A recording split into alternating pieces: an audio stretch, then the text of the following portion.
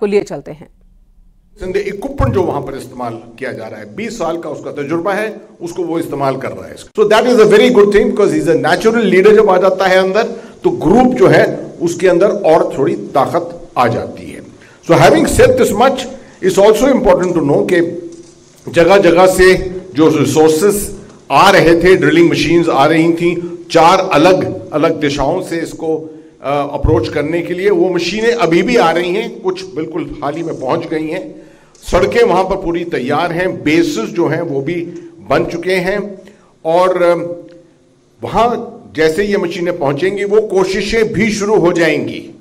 This is to cater for redundancy, कि redundancy इस तरह के ऑपरेशन में निहायत जरूरी है।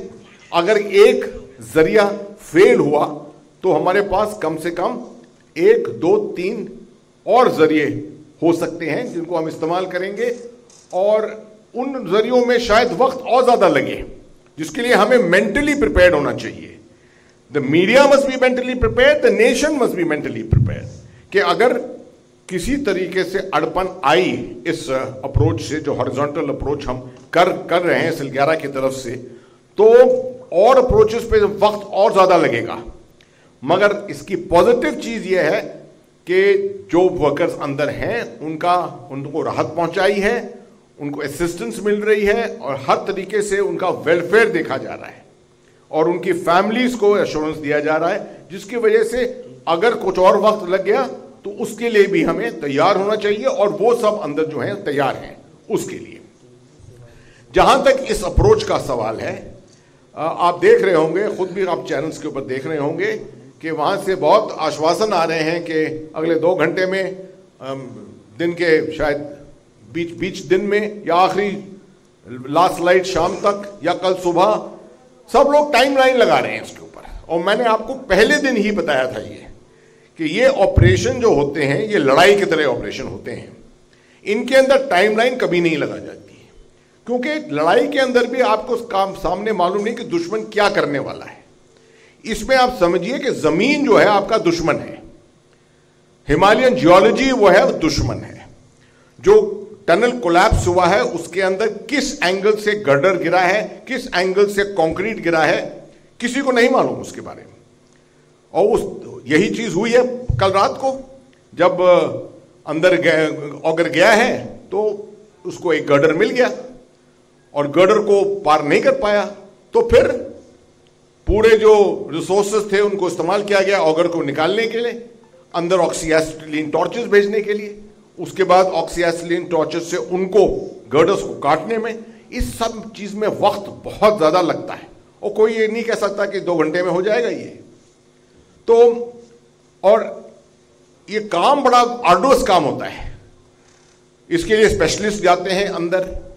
जो इसमें सांस लेने में प्रॉब्लम होता है, जब ऑक्सीएसिलिन के साथ आप काम कर रहे हैं, वहां पर 1.5 घंटे का सिलेंडर आपके पास अवेलेबल है ऑक्सीजन का। जब वो 1.5 घंटा खत्म हो जाता है और आपका काम पूरा नहीं हुआ है, तो आपको बाहर निकलना पड़ता है और दोबारा नई ऑक्सीजन के सिलेंडर ले जाने पड़ते हैं। तो ये काम एक एंक्लोज्ड स्पेस में, आप समझ लिए तकरीबन सबमरीन की तरह, सबमरीन में तब भी ज्यादा स्पेस होती है, ये एक पाइप के अंदर हो रहा है ये काम। तो बहुत चैलेंजिंग, बहुत चुनौती वाला काम है ये। तो इस पे हर वक्त ये उम्मीद रखना कि अगले 2 घंटे में हम निकाल लेंगे, ये मैं समझता हूं कि सरासर गलत है। इससे क्या है कि वर्कफोर्स के ऊपर भी एक प्रेशर पड़ता है। और आपको मैं ये याद दिला दूं कि इस स्थिति में वर्कर्स जो हैं वो रिस्क पे हैं, और उतनी ही रिस्क पे जितने सब स्टाफ है जो काम कर रहा है वहां पर, जो रेस्क्यू टीम है वो उतनी ही रिस्क पे है। तो बोथ आर एट रिस्क, अंदर जो उसको रेस्क्यू करना है और जो रेस्क्यू करने वाला है, both are at equal risk. So we have to cater for the safety of all these people at the same time. मैं समझता हूं कि कोई ऐसी, जैसे मैंने बताया कि टाइमलाइंस ले जान करना सही नहीं होगा, मगर फासले काफी, परसों रात से काफी फासला अंदर बढ़ चुका है। 22 मीटर पहले था, तकरीबन 45 मीटर तक पहुंच गया था कल रात को। उसके बाद और प्रोग्रेस हुआ था जब तक कि ये बाधा पड़ी थी। सुनने में आया है कि अभी दोबारा थोड़ा रुकावट आई है उसको दूर की जा रही है, उस रुकावट को। तो ये रुकावटें 10, 12 या 15 मीटर जो आपकी रह गया है उसके अंदर 2, 3 या 4 दफे और आ सकती हैं, और ये वही कार्रवाई आपको रिपीट करनी पड़ेगी पूरी। जो ऑक्सीएक्सिलिन के साथ आपने गर्डर्स को काटा है, या क्या मालूम सामने कोई कंक्रीट का ब्लॉक आ गया है, जो कुछ भी करना है आपने उसको दोबारा करना पड़ेगा, तो उसमें वक्त लगेगा। तो इसलिए ये ऑपरेशन जो है डिले होता रहेगा, मगर सरकार की तरफ से जो बाकी दिशाओं से कोशिशें होंगी उनमें कोई बाधा नहीं आएगी। That we will continue. सुविधाएं बन गई हैं, जहां पर 2000 लीटर पानी हर घंटे के लिए चाहिए था, उस दिशा में वो बंदोबस्त हो गया है। उसका जो ड्रिफ्ट चैनल, एक ड्रिफ्ट तरीके से जो काटना था, स्क्रैप करना था टनल का जो कोने जो थे उनको, वो काम भी शुरू हो गया है। कोर ऑफ इंजीनियर्स आर्मी की वहां पर है, वो फैब्रिकेशन भी शुरू हो गया है, जो इक्विपमेंट वो फैब्रिकेट कर रहे हैं इसके लिए। ब्लास्टिंग का काम उस तरफ से, बरकोट की तरफ से ब्लास्टिंग का काम भी शुरू हो गया है। तकरीबन 8-9 मीटर का एक्सेस भी बन गया है वहां पर। तो ये सब तरीके इस्तेमाल किए जा रहे हैं। ऊपर से 6 इंच की पाइपलाइन, एक ऑल्टरनेटिव पाइपलाइन लगाने के का भी काम शुरू हुआ है, क्योंकि इसमें रिडंडेंसी होती है। अभी आपके पास एक 6 इंच की पाइपलाइन है, एक 4 इंच की शाफ्ट है, तो अगर एक और 6 इंच की पाइपलाइन आ जाए तो और भी अच्छा होगा। ऑक्सीजन भी जाएगा, आपके पास रिजर्व के तौर पे एक और एक्सेस रूट लॉजिस्टिक्स के लिए बना रहेगा। बात आई आखिर में पोस्ट रिकवरी, या आप रिकवरी की भी बात कर सकते हैं, रेस्क्यू की भी बात कर सकते हैं, कि जब थ्रू एंड थ्रू हो जाएगा तो ये इनको कैसे निकाला जाएगा। उसके लिए पिछले 10-12 दिन से एनडीआरएफ वहां पर है, 2 टीम है। डीजी एनडीआरएफ वहां खुद आज मौजूद हैं, आईजी एनडीआरएफ कल थे वहां पर, और रिहर्सल प्रैक्टिस जारी रही है ऑल दीज 10 डेज। हार्डी लोग हैं ये हमारे एनडीआरएफ के जवान, ये जानते हैं तरीके। इंप्रोवाइजेशन किया है, स्ट्रेचर्स के ऊपर पहिए लगाकर स्ट्रेचर्स को ऊपर नीचे खींचने का भी रिहर्सल किया है, क्योंकि सबसे तेज तरीका होगा कि आप स्ट्रेचर भेजिए अंदर, इधर से तार बांधिए या रस्सी बांधिए, उधर से रस्सी बांधिए, स्ट्रेचर के ऊपर एक वर्कर को लिटाइए और इसको खींचिए पहियों के जरिए। अगर आप कोई अड़पन आती है तो फिर क्रॉलिंग करके, अगर अपने बल पे क्रॉलिंग करके आना पड़ेगा 65 मीटर, तो थोड़ा वक्त ज्यादा लगेगा और उसमें खतरा भी होता है कि किसी को क्लॉस्ट्रोफोबिया होता है, किसी को साइकोलॉजिकली कोई असर हुआ है, तो इस तरह से उसमें अड़पन आती है। तो उम्मीद करते हैं कि सबसे अच्छा तरीका जो है स्ट्रेचर्स का वो अपनाया जाएगा और उसके अंदर कोई अड़पन नहीं आएगी। बीच बीच में इतना स्मूथ पैसेज नहीं होगा पाइपलाइन के अंदर, मगर कोशिशें इसके लिए पूरी जारी रहेंगी।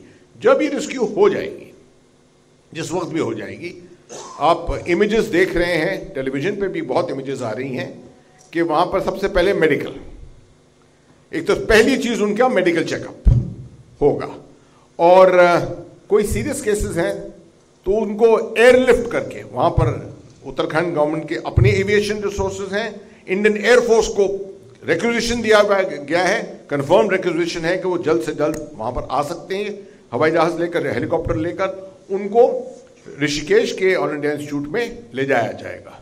बाकियों के लिए जहां तक मैं काउंट कर रहा हूं 41 एम्बुलेंस शायद वहां पर आ गई हैं, मतलब हर वर्कर के लिए एक एम्बुलेंस है, उसके अंदर अटेंडेंट, उसके अंदर शायद उसका रिश्तेदार, अगर वहां पर साथ में उसके कोई रिश्तेदार है वो सब उसके साथ जा सकते हैं, इंडिविजुअली जा सकते हैं वहां तक, ऋषिकेश तक, और उनको एडमिट करके वहां पर उनकी डिटेल मेडिकल चेक करना पड़ेगा इसका।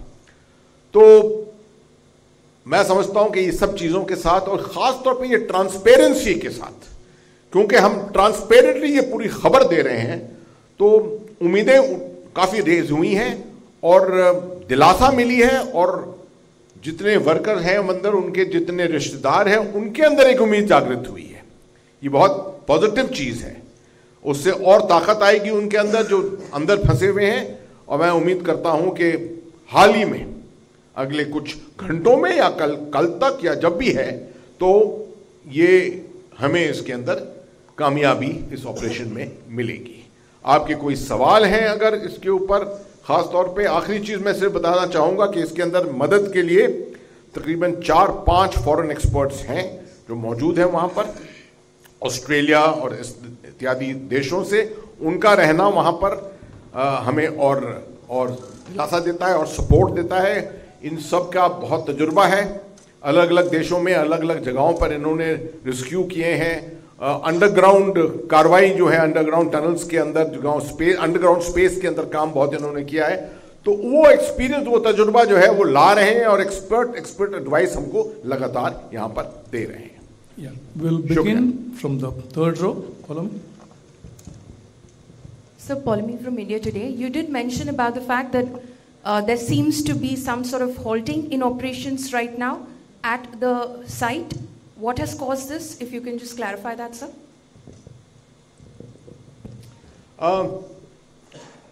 It's not the first time it's happened. This is perhaps the third time it's happened. And no one is expecting that this operation is going to go without obstacles.